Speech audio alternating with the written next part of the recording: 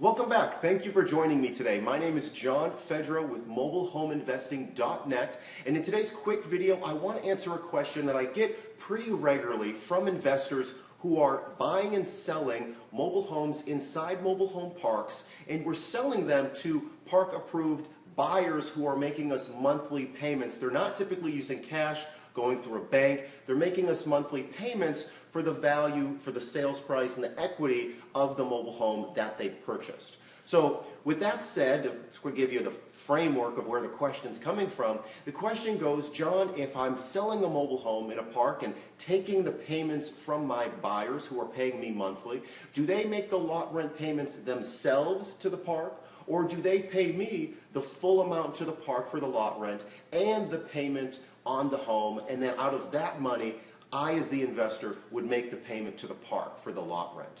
And you can invest however you would like to. And the person listening to my voice, please stay compliant. Please have clarity of where you're coming from and where you are going and what that's going to look like and entail. And please follow the law. And with that said, the advice that I can highly suggest for you is to go with the path of least resistance. Let's mitigate and reduce the risks that are out there. So for the first 3 years, when you're collecting payments from your tenant buyers, collect the full payment, not just for the home, but also for the park lot rent and any water fees, sewer fees, late fees that are applicable. And then you're going to go ahead and pay the lot rent every single month. I highly suggest for the first 3 years. And there's a few reasons for this. And one of the first reasons is because you get to call up and talk to the park manager every month for the first 3 years, or however often you would like to. And obviously the squeaky wheel gets the grease. To call up a park manager and say, hi, did you get my check? Well, okay, I'm glad you got the check, thank you. I'm curious, do you have anything else for sale? Do you know of anybody that may be looking to sell soon? Please pass my number along, just remember that I'm here. Thanks so much. So it gives us an excuse to talk to the park manager.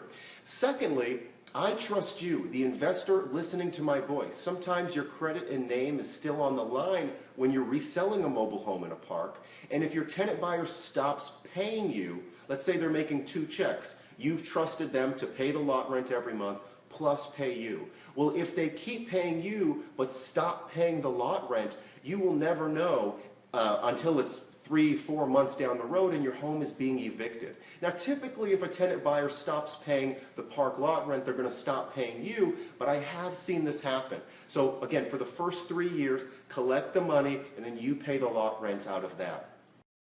Do not physically collect the money from your buyers monthly. Also, do not allow buyers to pay by mail. Instead, do have buyers make you monthly payments directly to your business bank account, or direct deposit, auto pay every single month, or pay online through one of the many online payment gateways there are. Now, after 3 years of on-time payment from your tenant buyer, you can then go ahead and send them a letter to say something to the effect of, congratulations, you are now one step closer, and you can then go ahead and pay the lot rent yourself. Please make one check payable to us for the home. Please make the other check payable to the lot rent for the standard lot rent amount. Now, after I give this advice to investors, the next question that I get typically is, well, what if the lot rent varies every single month? I understand it's very easy if the lot rent is paid, let's say it's $450 every single month. So every single month, all lot rents are equal in Park A. And in Park A, you're selling a mobile home for, let's say, $850 total. So that's a $400 spread to you, $450 to the park, and that includes the lot rent, water, sewer, and trash. So every single month, the park gets $450, no matter if the tenant buyer uses 5 gallons of water or 5,000 gallons of water.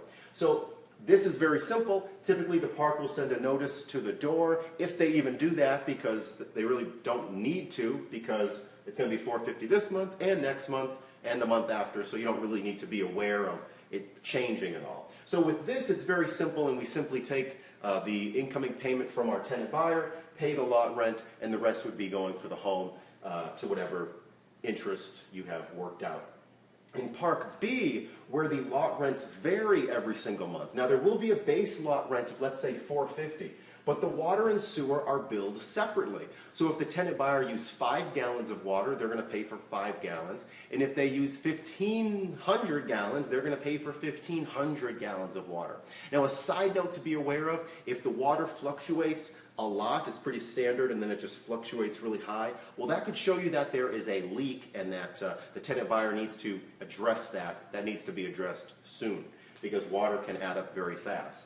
So with this type of park, all the types of parks that I've been in that meter separately to the tenant buyer, they will go ahead and not only post a letter on the door, they'll also go ahead and email you, the investor, how much the lot rent is and the water charges are every single month. Now, this typically comes in 10 days before lot rent is due. So about the 20th of the month prior.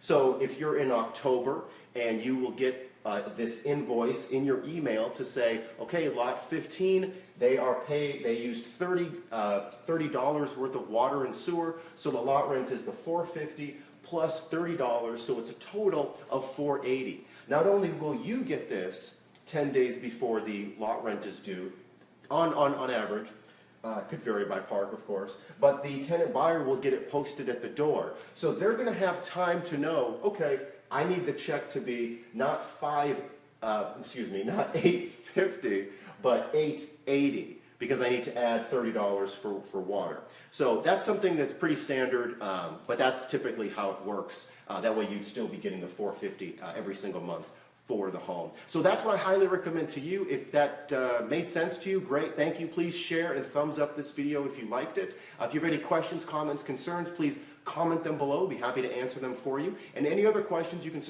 send to support@mobilehomeinvesting.net. Thank you so much for watching.